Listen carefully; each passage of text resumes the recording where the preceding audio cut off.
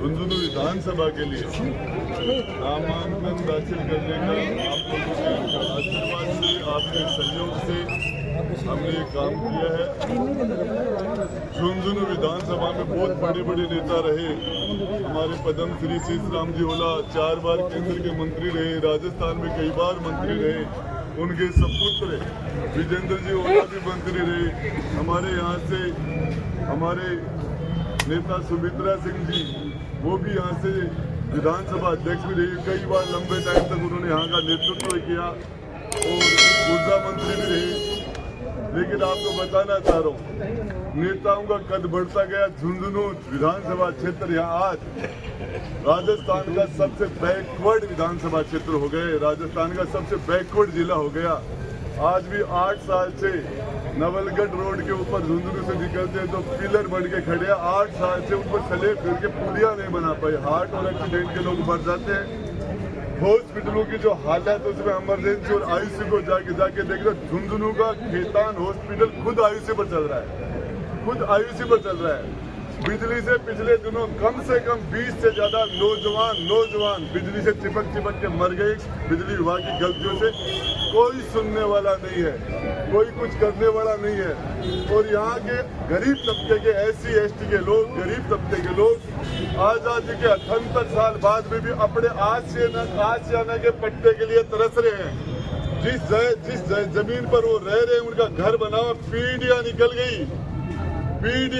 उनकी 80% से ज्यादा गरीब तबके के लोग, उनके पास जिस घर में रह रहे हैं उसका रहने का पट्टा नहीं है।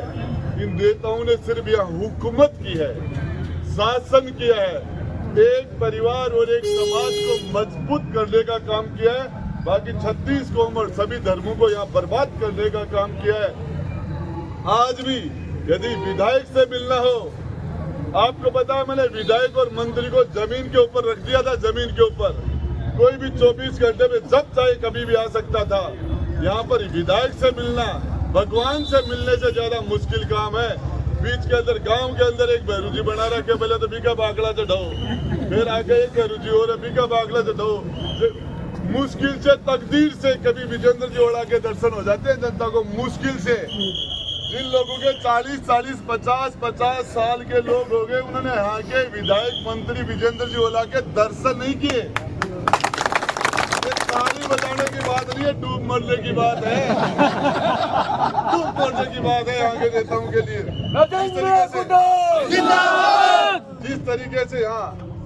जिस तरीके से एक मुस्लिमों के साथ संविधान, हमारा संविधान कहता हम जाति के आधार पर, धर्म के आधार पर, लिंग के आधार पर, रंग के आधार पर किसी के साथ भेदभाव नहीं करेंगे। लेकिन यहाँ झुंझुनू में दाढ़ी देख के, टोपी देख के, उसका बुर्का देख के, उसका नाम देख के उसके साथ सलूक किया जाता है। मुसलमानों को सेकंड दर्जे का नागरिक बना के छोड़ दिया। यहाँ एक भी, सारे उनके आगे बढ़ने के सारे रास्ते बंद कर दिए। उर्दू जैसे सब्जेक्ट के लिए 20 साल से यहाँ का मुसलमान नौजवान बेटे और बेटियां तरस रहे हैं। मच्छर जैसा काम है, मच्छर जैसा काम जो इन्होंने करके नहीं दिया।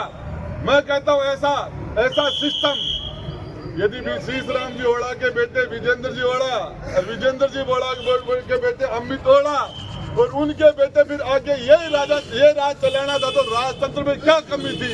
राजाओं के राज और बादशाहों के राज में क्या कमी थी? उनका बेटा ही तो राजा बनता था। यहाँ पर विधायक और वोट से नहीं निकलता। यहाँ पर ओला परिवार में जन्म लेने से विधायक बनता है। इस प्रथा को बदलना पड़ेगा। मैं यहाँ पर हुकूमत करने के लिए नहीं, खिदमत करने के लिए आया हूँ। यहाँ की राजनीति को बदलने के लिए आया हूँ। इस राजनीति के अंदर एक परिवार का वर्चस्व नहीं होगा, एक जाति का वर्चस्व नहीं होगा, एक जाति का एक छत्र नहीं होगा। 36 कौम के लोग, सभी धर्मों के लोग, सबके कोई भी आदमी ये बीच के बरेकर खत्म करेंगे। और ये अधिकारी, ये कलेक्टर हो चाहे एसपी हो, चाहे हमारे जितने भी ब्यूरोक्रेट, गजिटेड हो चाहे नॉन गजिटेड हो, ये जनता के नौकर है। मालिक तो ये जनता है। जनता बापड़ी होगी। अरे सापड़ का, अरे देबाड़ा तो बापड़ा और लेबाड़ा साफ। मैं बताना चाह रहा हूँ, जिस तरीके से उन्होंने काम कुछ किया ही नहीं। मैंने एक गांव में जाके पूछा, मैंने कहा आपके क्या काम किया, तो उन्होंने कहा साहब किठाना में, तो साहब हमारे तो बहुत काम किए हैं। गुड्डा जी आप नाराज मत होना, हमारे तो साहब इन नेताओं ने बहुत काम किए हैं। तो बताइए क्या काम किया। बोले कुमार समाज का आदमी मर गया था, शमशान में उसकी लकड़ियां वापिस भगवा दी, लाश को नहीं जलाने दी गया, बच्चियां उठा ले जाते हैं, रास्ते रोक देते हैं, दिन भर लोगों का जीना मुश्किल कर रखा है जगह जगह। ये काम नहीं तो और क्या है, ये तो रात दिन लगे हुए हैं काम करने में। इस तरह का काम एक नहीं, जहां हाथ रखो, जिस जगह हाथ रखो वहीं दर्द है। जहां हाथ रखो दर्द, जनता क्या त्राय कर रही है। और आप फैसला करेंगे आने वाले 4 साल के लिए झुंझुनू की तकदीर लिखने का फैसला आप किसको देते हो? आपके बीच में रहने वाले राजेंद्र गुड्डा को या अन्य को? आपके हाथ में। धन्यवाद।